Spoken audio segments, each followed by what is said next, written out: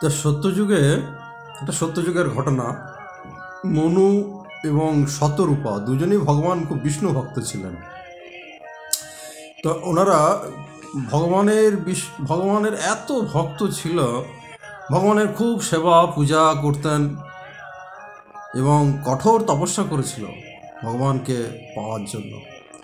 তো তাদের তপস্যাতে ভগবান সন্তুষ্ট হয় এবং তাদের কাছে ভগবান আসে, ভগবান নারায়ণ এসে বলে, বলো তোমরা কি চাও।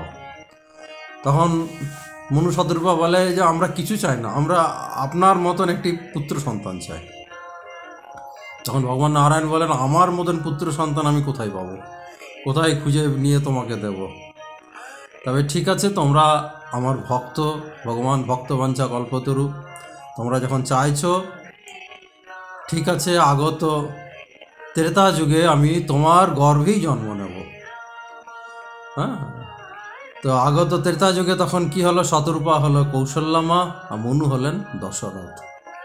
তো এই দশরথ আর কৌশল্যা পূর্বজন্মে মনু শতরূপা ছিলেন। তো তাদের গর্ভে ভগবান নারায়ণ রামচন্দ্র রূপে আবির্ভাব হলো এবং তার জন্মের পর সকলেই খুব আনন্দিত, সারা অযোধ্যাবাসী আনন্দিত।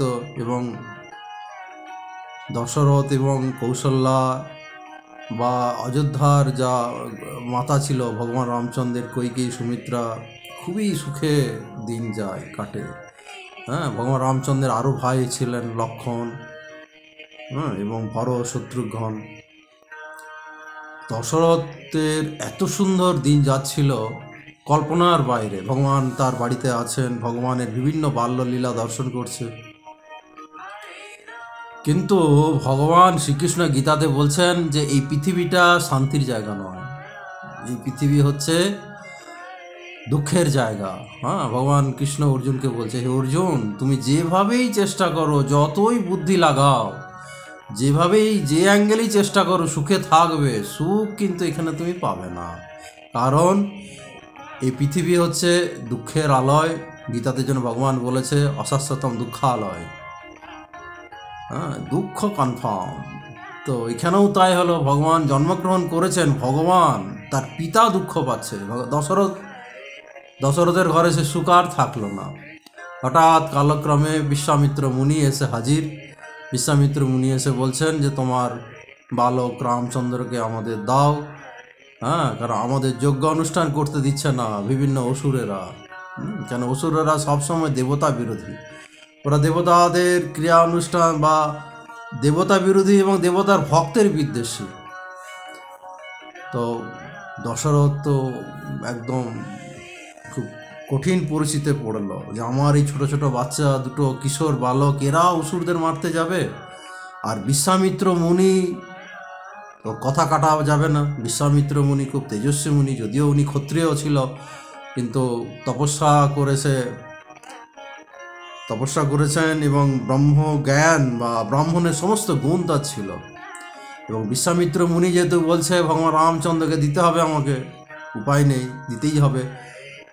তো বিশ্বামিত্র মুনি যখন এই কথাটা বলেন, তখন দশরথ বলল, না না, আপনি অন্য কিছু চান আমি দিয়ে দেবো, কিন্তু আমার ছেলেকে আমি দেব না।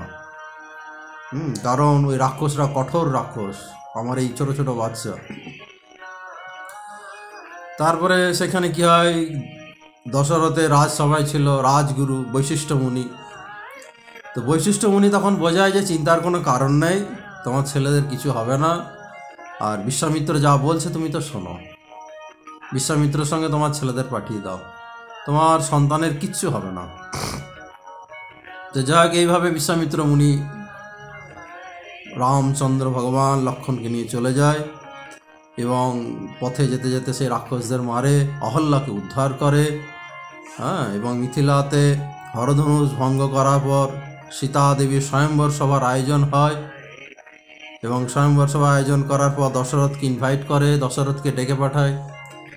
হ্যাঁ, ডেকে পাঠানোর পর বৈশিষ্ট্য মুনি, অযোধ্যাবাসী, দশরথ সবাই চলে যায় জনকপুরী, মিথিলাতে। এবং সেখানে ভগবান রামচন্দ্রের বিবাহ হয়। তারপর ভগবান আসেন, তারপর ভগবান বনবাসে চলে যায়।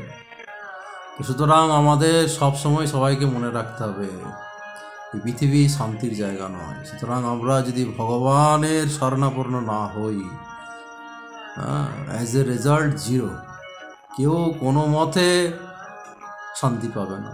কেন পৃথিবীতে তিনটে দুঃখ কনফার্ম: আদি দৈবিক, আদি ভৌতিক, আধ্যাত্মিক।